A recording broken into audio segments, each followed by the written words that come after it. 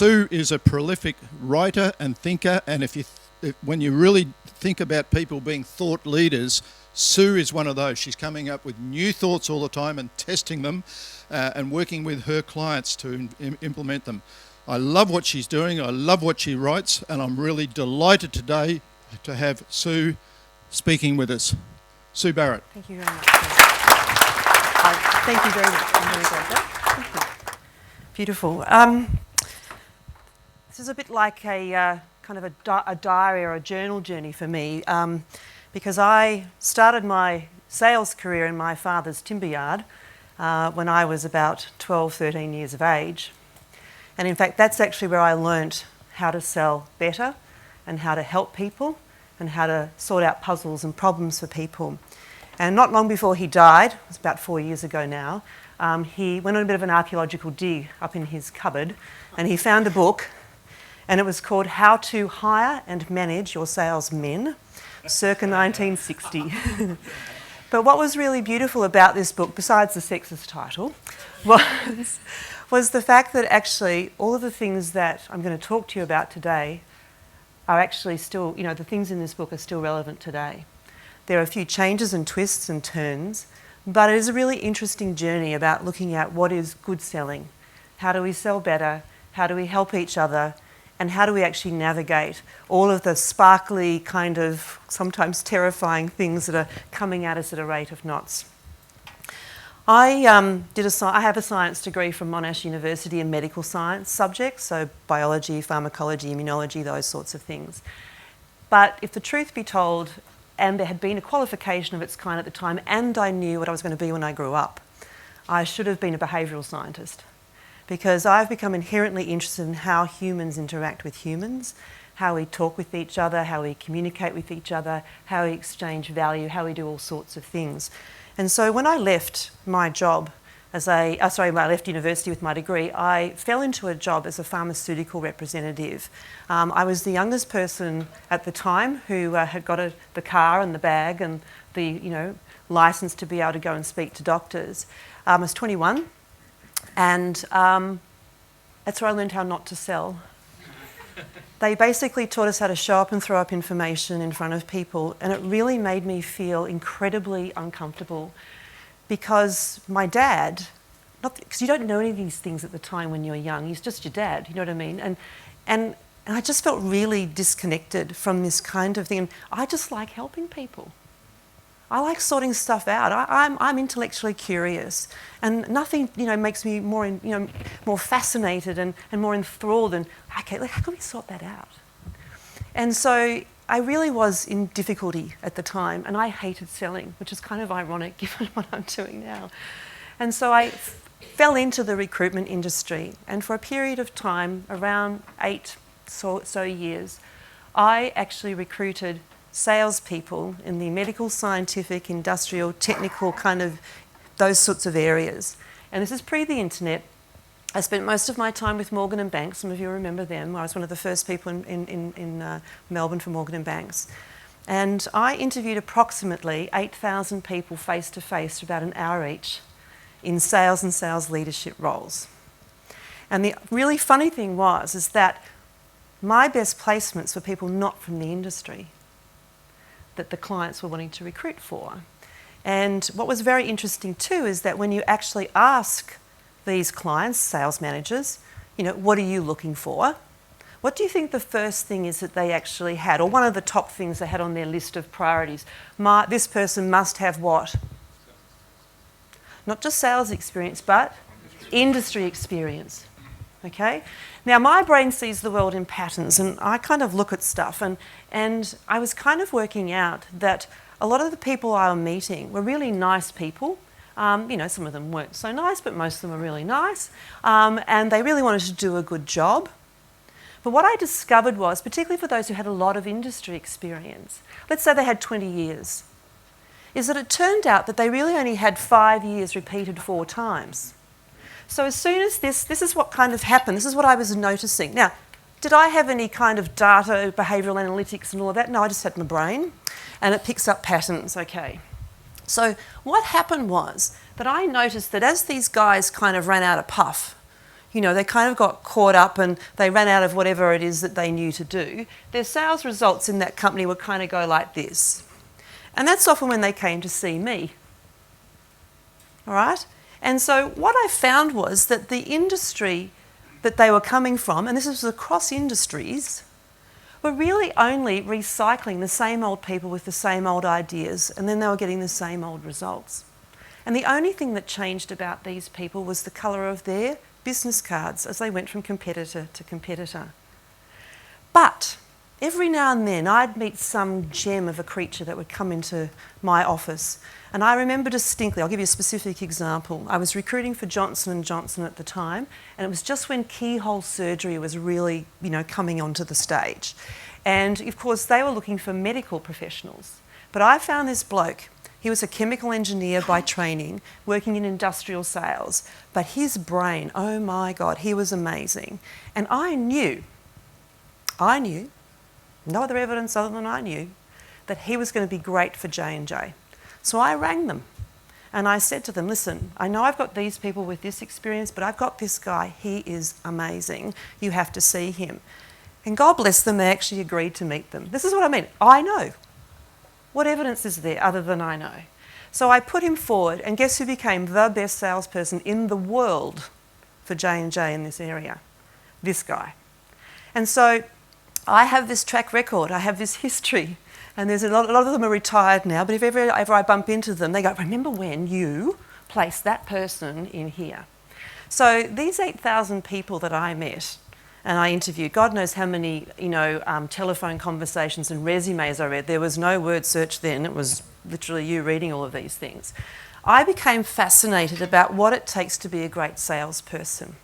So setting that up, if you like, my only hope for myself and for everyone else in here, however many years of sales experience you have, is that you don't have 1 year repeated however many times you've been in sales. That your evolution as a salesperson doesn't sort of stop, plateau, and then fall away, but you keep doing this because that's what we have to be able to do. And a lot of people misquote Darwin when they say it was the survival of the fittest. No, it's not. It's the survival of the most adaptive. So what are the human qualities that we need to be able to take into the marketplace? What are those things that remain true that we need to cultivate and grow? And what are the other things that we have to kind of integrate with and kind of adapt to be able to still be highly successful as businesses, as salespeople, as sales leaders, as companies and organisations, and so on and so forth. So I'm your tour guide, all right? We're going to have a bit of a look at this. I'm not going to tell you how to live your lives or manage your careers or what you should do, but I'd at least like to present some information. You decide how you will use that. We'll have some discussions later as well. So is everyone okay if we kick on with the tour? Yeah? Okay, brilliant. All right, so it all starts with opportunity. So we need to be a bit adventurous because in times of immense change like we have now, we can get a bit scared and bunker down and go under the doona of gloom, and that doesn't help. Okay, we need to be brave and adventurous and go out on a limb to have a look at this. So everything is about opportunity. I put this slide up here just to give us a sort of a bit of a before and after shot, if you like, of how things have been changing or transitioning from the 20th century to the 21st century, sort of more of a meta view of these sorts of things. And you can still run a business from a 20th century perspective, but it better be low cost, high volume, and probably devoid of human beings to a degree, right? Because it's got to be so mechanised and so automated if you want to be able to do that. And that's fine. It's a perfectly valid reason to run a business. But here's the rub. You know, as a customer, I'm sure we've been online to buy something transactionally, right? We've gone to do something. And it kind of didn't go quite right. A bit like my experience last night with an airline, which we won't go into. And what did I want to do? It wasn't going right. There was no instruction on the website. What did I want? I want a human being. I need to speak to a human being who helped me sort out this. Because here's the thing, I'm actually a pretty good writer. But to write a well-crafted, well-intentioned, unambiguous, little web chat or email to anyone, how long does that take you? A long time. What about people who aren't good writers? What do? Holy hell, I mean, it's amazing, all this sort of stuff. So I needed a human being, but I wasn't getting one. Or when I did get one, it still wasn't very helpful either, just saying, okay? So where is this value? I'd also like to add in the word values as well, because I believe we're at the epicenter of major transformation happening out in the world. There are old sales mindsets and models, a bit like the fossil fuel industry, that are fighting for supremacy, and we're actually already in the renewable energy sector mindset. Does that make sense? We need to adjust, we need to look, we need to think things. So I'm going to share with you a few bits and pieces as we go. But has anyone noticed this kind of change? Because there is money to be had in the 21st century, but you better be very prudent about how you manage it. And when anything gets complex or complicated, we need humans. Fair enough? So a lot of the salespeople I met, you know, back last century, it's weird when you say that, back last century, were very transactional people. They were lovely, but transactionally oriented. And I've seen a number of them failing now because what they've relied on is their matey-mateship and charm and friendliness. As I said, they were nice guys. But in terms of cognitive processing power, problem solving, sorting stuff out, dealing with ambiguities, complexity and all of that, they're left wanting, a lot of these people. Does that make sense to you? So what do we need to do? What do we need to cultivate? And it starts way back at school. So I've got something for you on that as well. So I'm all about selling better, not just selling more. And there's a difference. What does selling better mean to you?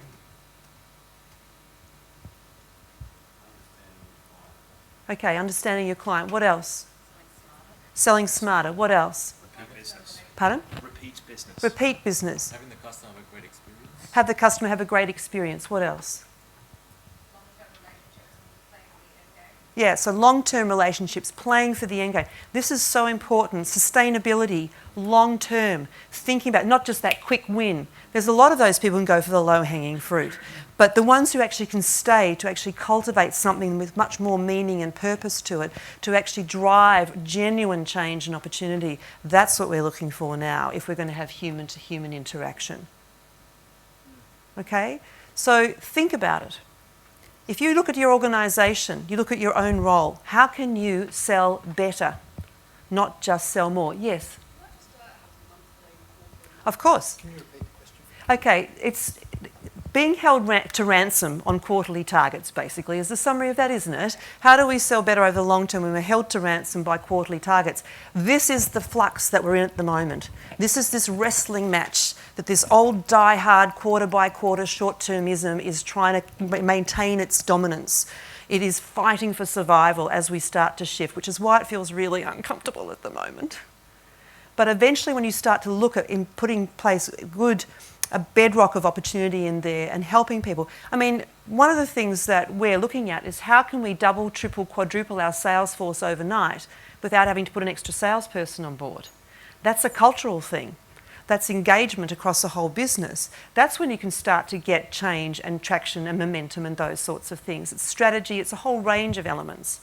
But whilst we have people out there who are short-term oriented, who wave silver bullets in front of us and little magic potions, a bit like the diet industry, right?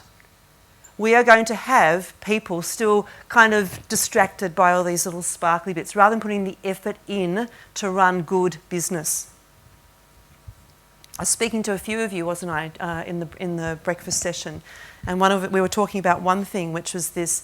You know, I have a number of people from Europe who work in my team and also from South America, and we're seeing quite a lot of, you know, people not enamoured with, no disrespect to the American sales model, that short-term thing. It is not something that they're looking towards. A lot of people are looking at alternative models, different strategies, long-term sustainability and all of that. So I just use it as an example because it's so prominent, but it is not necessarily the flavour of the month in the rest of the world. We can still be distracted by it, but it's not necessarily where we need to be going. So yes, there are ways to do it, but it also requires courage. But good strategy and good numbers, and don't just go out there on a whim. You know, you could do the thinking about, but we need to think. So what do clients want? What are they actually looking for? Because it doesn't matter how fabulous you think you are as a salesperson. If your clients think you suck, well then bad luck, isn't it? So what are they looking for? Here are some things that we've looked at. So they want professional people. Okay? We're looking at, they expect to be helped, what is success? Success is an arbitrary term until you actually give it substance. So we've got to dive into the details. What is that about? Consistency, conceptual thinking, results, planned approach for change. This business acumen, commercial awareness, has been now really important for at least the last 10 years. If your salespeople aren't business people and know how to think about business and understand business, you are in deep trouble, particularly in B2B sales and complex selling. Also, too, they need to be able to think about possibility. They don't have to be the most creative, innovative person in the room, but someone in your business has to get people stretching their minds and thinking about what's possible, what if, all those sorts of things. We also need to sort and sift information, not dump more crap on them. All right? The very best salespeople know their stuff. They also know how to clear the crap and make life easier for their clients. Safety. And everyone gets obsessed about Net Promoter Score, but it's about Net Easy Score.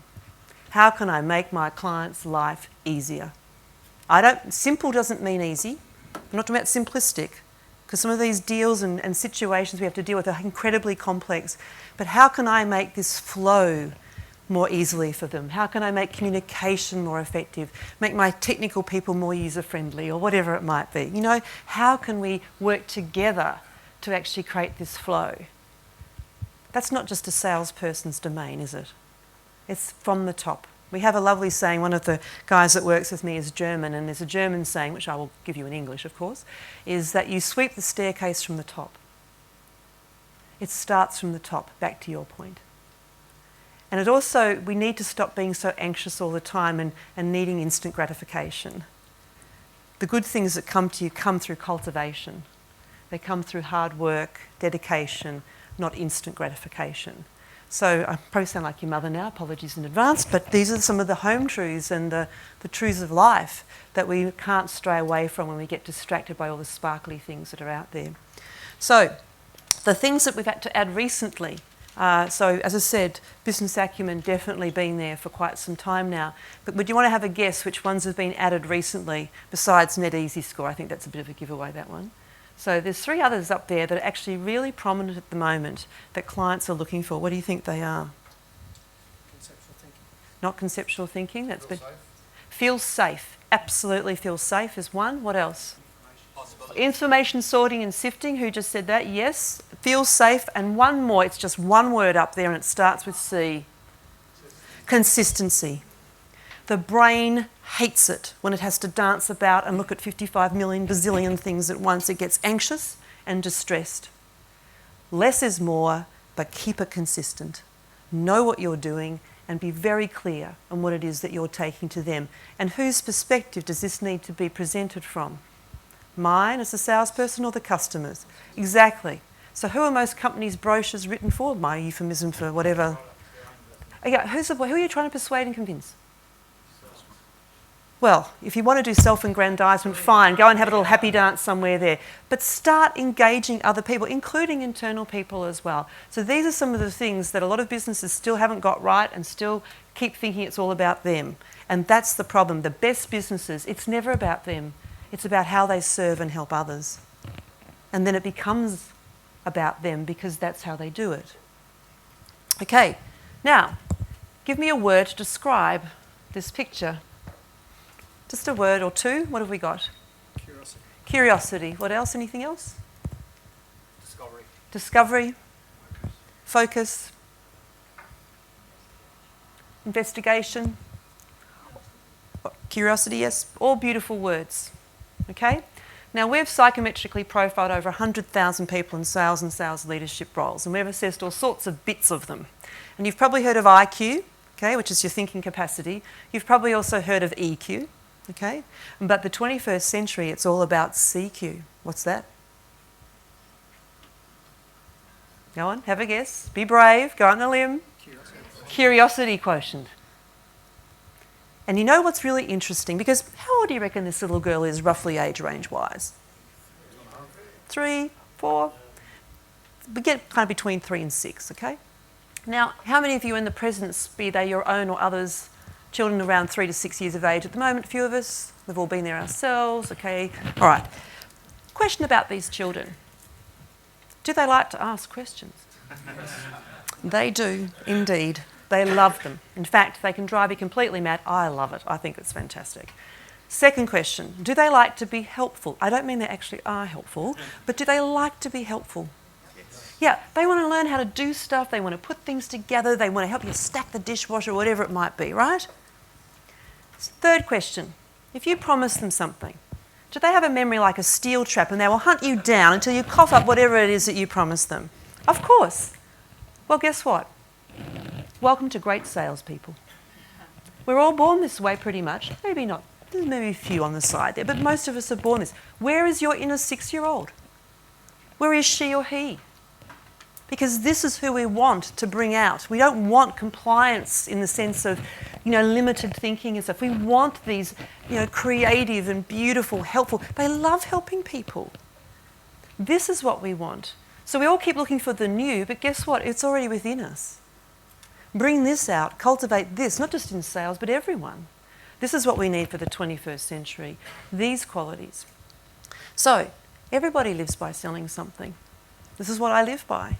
And it may surprise you, but the last 2 years we've trained more non-sales people in sales than we ever had in the entire existence of my business. Technical people, accountants, all sorts of people to be part of this whole sales value chain.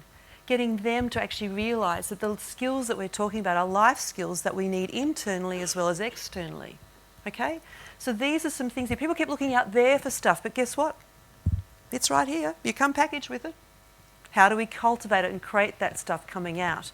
There's a bit more to it, but you've already got a lot of the ingredients to really get you to be successful.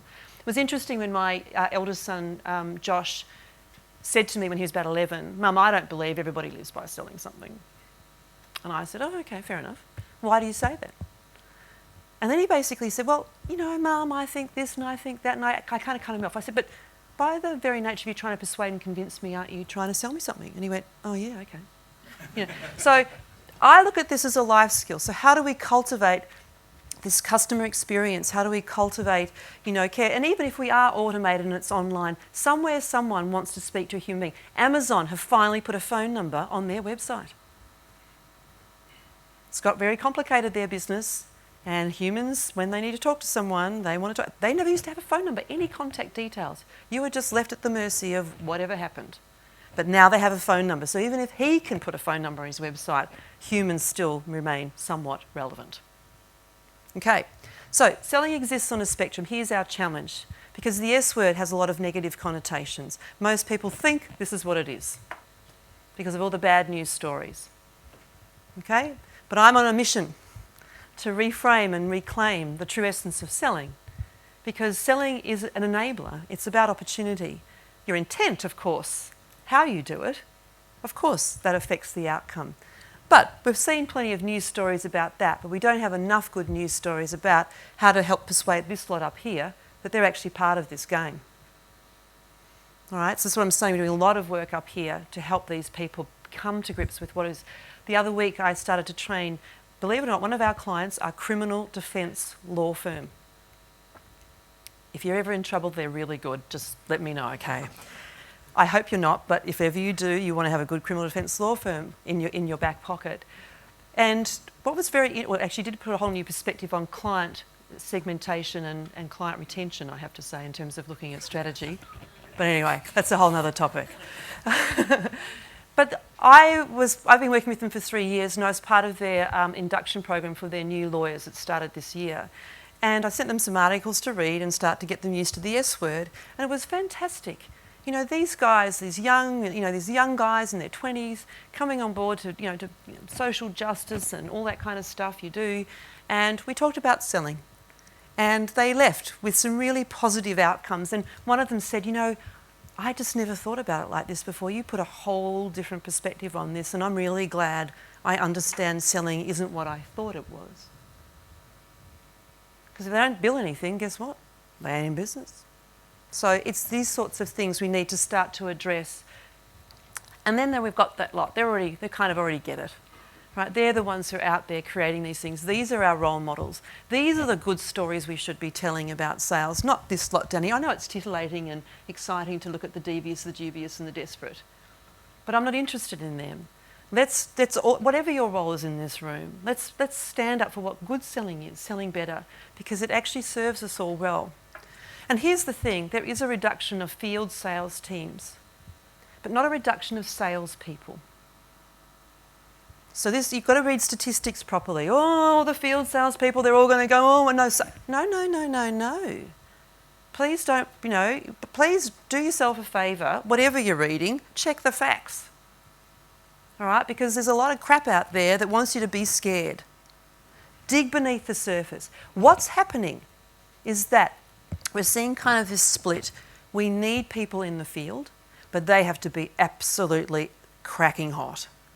Business consultant, they have got brains on them like this, okay, to be able to handle stuff and manage these things, okay? But where we want, call centres and customer service and all of that, that's actually shifting. We don't want kind of passive people in those roles. We now need intellectually capable, smart people on the phones doing internal work.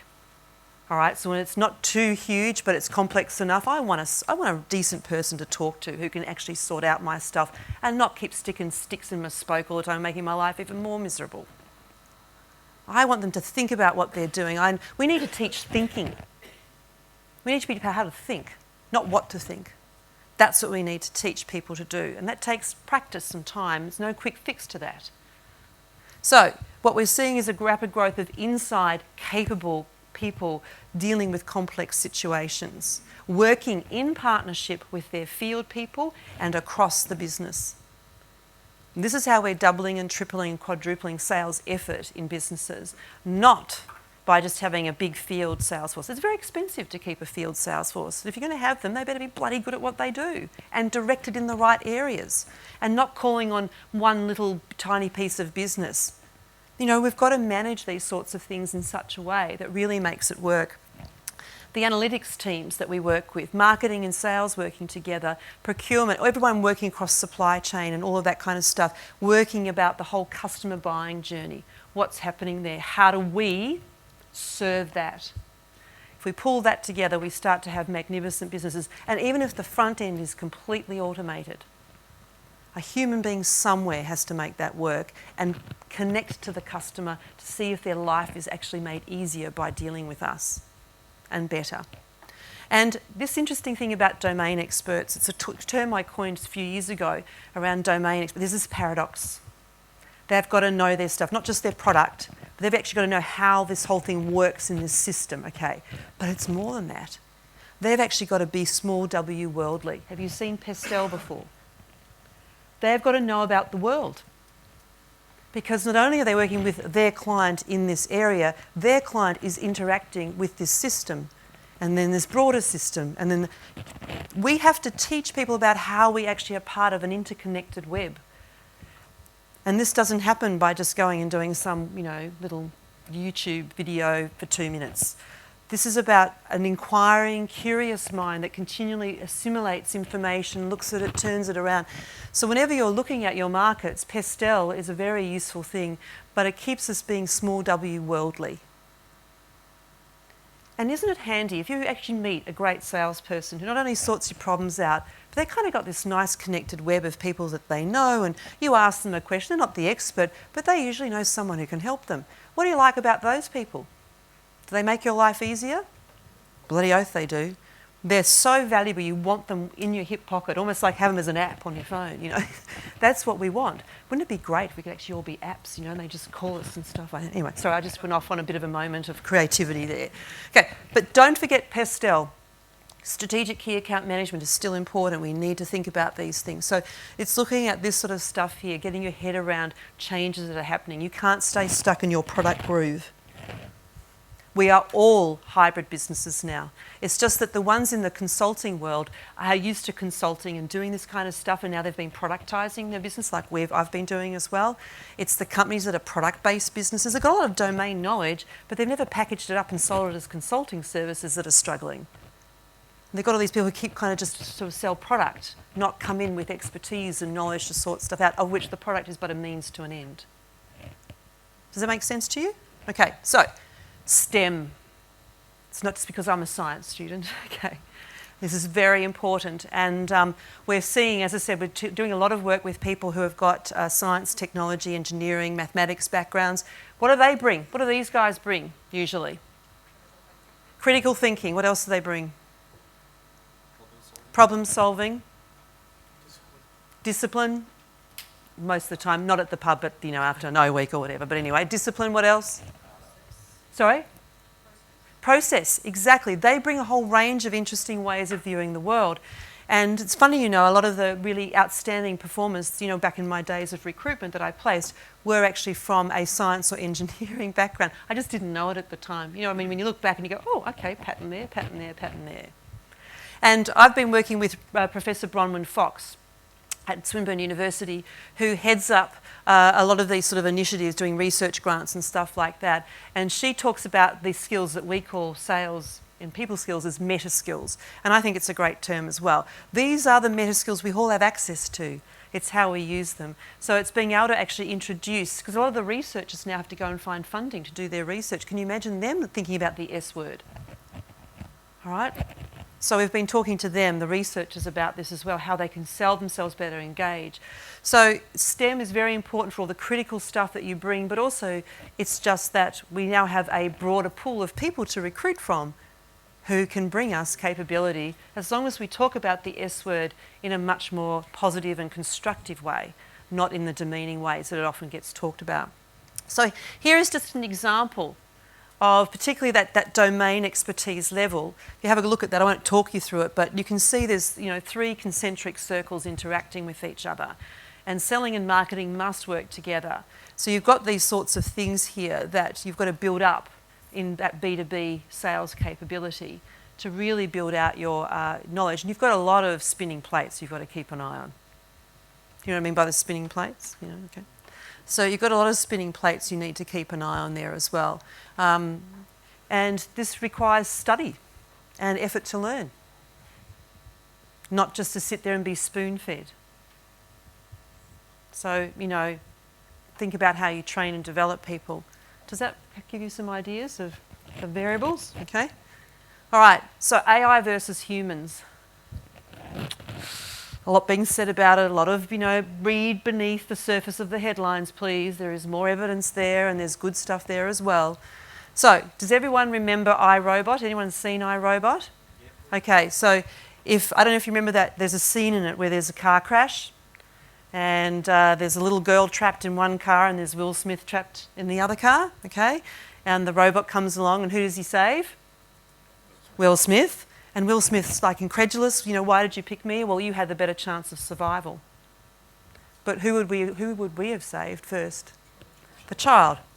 Okay, so AI can do so much, but when it comes to moral predicaments like that, and also just our heartfelt need to want to help, a dying child or a struggling child, guess where most people will go? Not everyone, granted, but most people will go and try and help the child first, correct?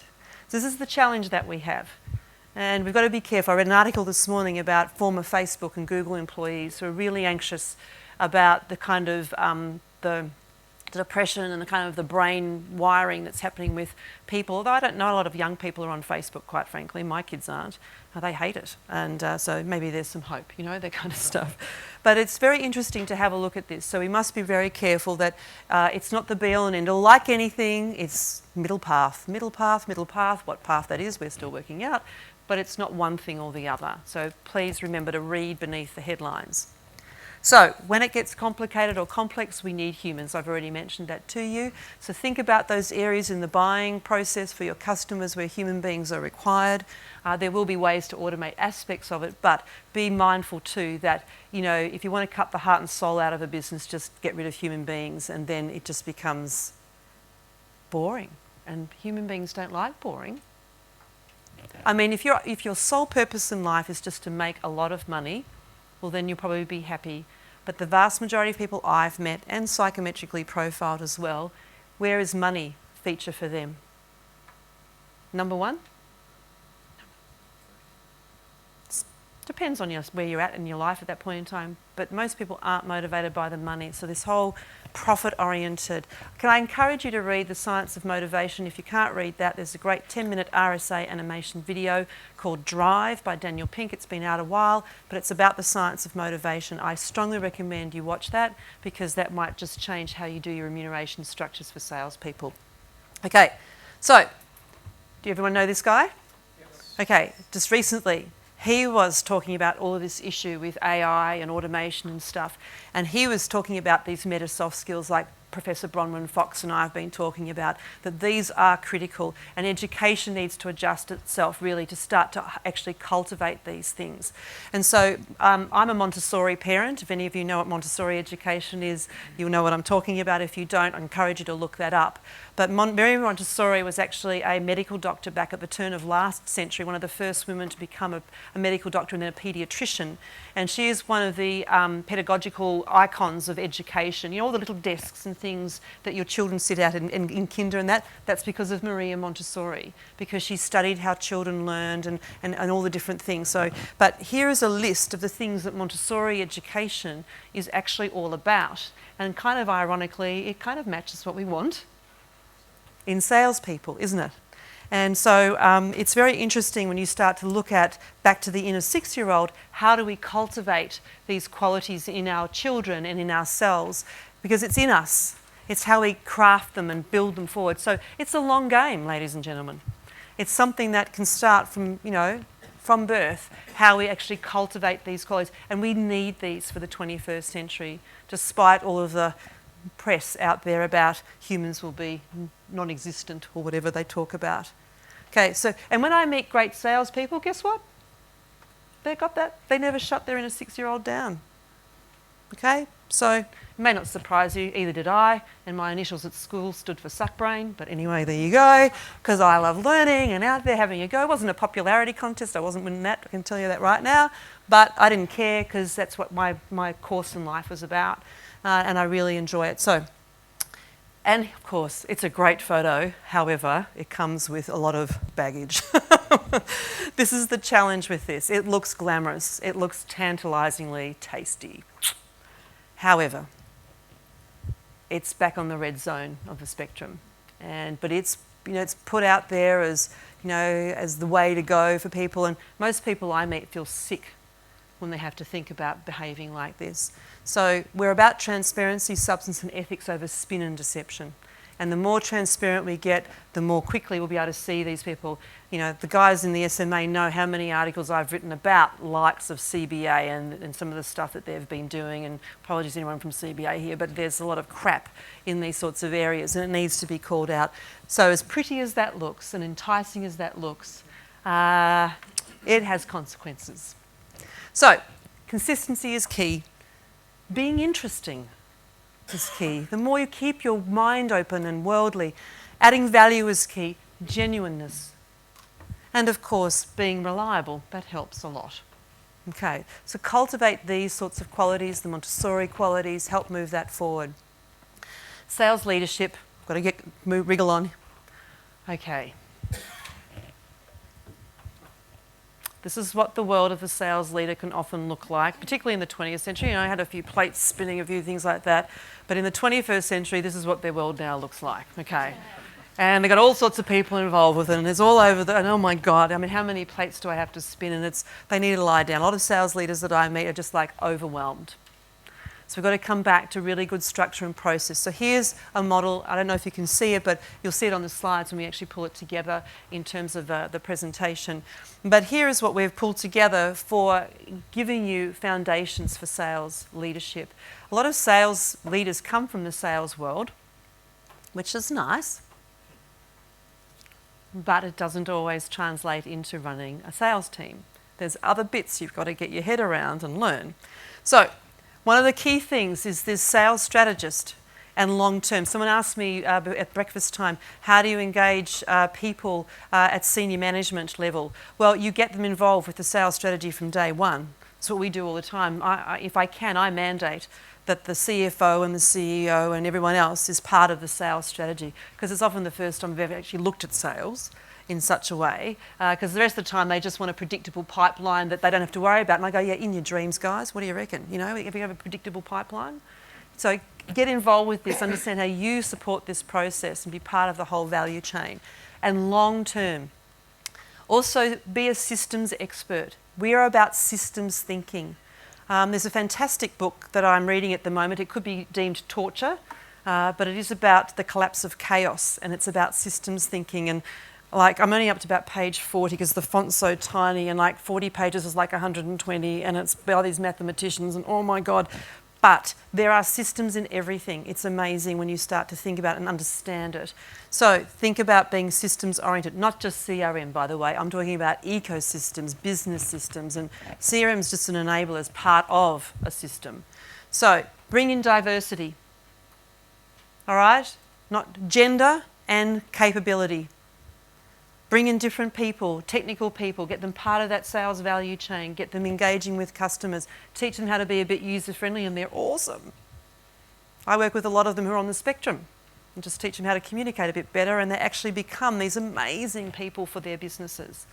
The other thing is about coaching, and everyone thinks it's all lovey-dovey. No, it's not. Coaching's tough work, and coaching requires us to actually change things, to help people change stuff. But it is a care factor that I want you to be magnificent. Coaching is about helping people help themselves, not you doing it instead of them. Everyone goes, oh yeah, fluffy coaching. Crap. You want to be a good coach? Be a good coach. It takes effort and purpose, and it's a most amazing job to be a great coach. The other thing is about value beyond price. We've talked about that a bit before. So understand what is the real value you deliver and the types of mechanics involved with that. Not just price is an arbitrary figure. Yeah, go figure, right? Look at what is behind price. A viable customer buying process, map that, track that, get everyone involved in your company around that. And selling is a team sport. It's not a solo career, it's a team sport. And of course, what's really important here is how we cultivate and create clear purpose, mastery in me and you and us getting better, and a sense of agency. That I have a sense of control and license to go out there and actually do something meaningful for this company and do something meaningful for my customers and so on. Really build that. Give people something that they want to actually aim for, not just a bloody sales target. Sales results are history lessons. They mean absolutely nothing at the end of the day because they're just a history. It's what we do to get there. That's where we need our focus to be as sales leaders, and engaging everyone across the business. Does that help you? Okay, so if you're a sales leader in this room, put your cape away. No super salesman out there with your sales teams. You've got to help them be magnificent. And this is the challenge that we have. Of course, we all love a deal if we've come from sales and we're in sales management. We're all going, oh, I'm excited, got to do it myself. No. Okay, no rescuing either. All right, how many salesmen? Oh, look at you laughing. You know what I'm talking about. See, some of you have either been rescued, and that's pretty cushy actually, because then you just bring them along all the time, and that's fantastic. But that doesn't sort anything out either. So again, how do we build out capability for people? And here's the thing.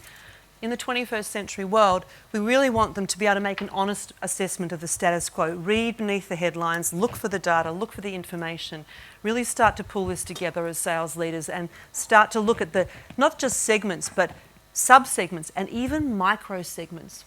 When you start doing sales segmentation, it's an amazing world in there where you can actually find footholds that you can start to get leverage in that no one else has actually spotted yet. That's doing strategy and tactics and really being quite clever about how you gain a purchase out there. They plan for the long term and they also can move. So there's agile, all that kind of stuff. They're adaptive. They actually can think on their feet. And of course, when they're dealing with companies that are a bit slow to change, that can be quite problematic. But we need to build up this sort of ability to flex and move. So it's not short-termism, but it's the ability to be sure of your path, but also know how to actually adapt and keep moving forward and being agile. So, sales and sales leadership are fantastic career pathways for everyone because they're out front and centre. You get noticed when you're in sales, okay, which is kind of nice if that's what you like, but it's also great to help you find your way to the top. but it's also a great career pathway for women.